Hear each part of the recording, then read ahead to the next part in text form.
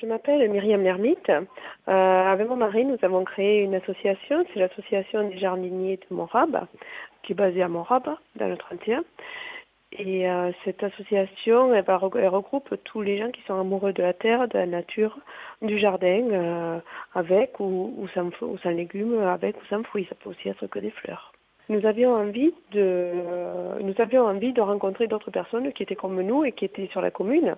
Et du coup, ce que nous avons fait, c'est qu'on a créé une association pour pouvoir répondre à ce besoin qui était un petit peu très perso, répondre aussi à un besoin qui était très perso, qui était de créer des conférences sur la nature, des conférences que nous avons fait, notamment sur les oiseaux, sur les serpents, sur la cuisine ancienne avec des légumes anciens. Voilà, donc il y avait plein de choses qui nous manquaient comme ça sur la commune et on s'est dit, si ça nous manque à nous, ça doit manquer aussi à d'autres.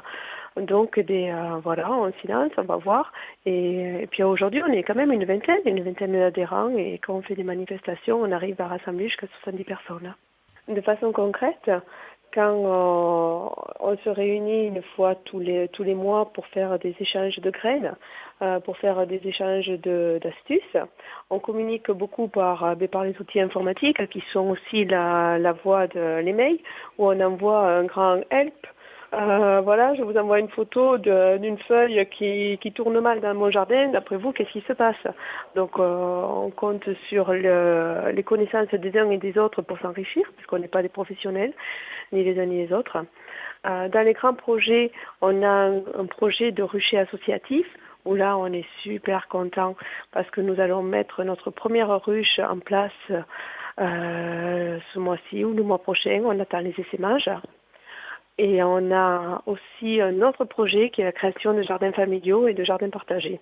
Ce projet, ça fait 2 ans qu'on y est dessus et voilà. Il avance petit à petit, il devrait voir le jour, on espère, pour fin 2017 ou 2018. Nous faisons des ateliers au sein de notre association pour les adhérents, des ateliers qui sont divers et variés. Hein. Ça peut être de la fabrication de pain, on peut faire du pain, on peut découvrir de nouvelles machines qui sont comme les extracteurs de jus, la fabrication de l'huile de noix, la fabrication artisanale de pièges à frelons, d'abris à insectes. On fait des conférences, on fait à peu près 4 à 5 sorties ou animations par mois.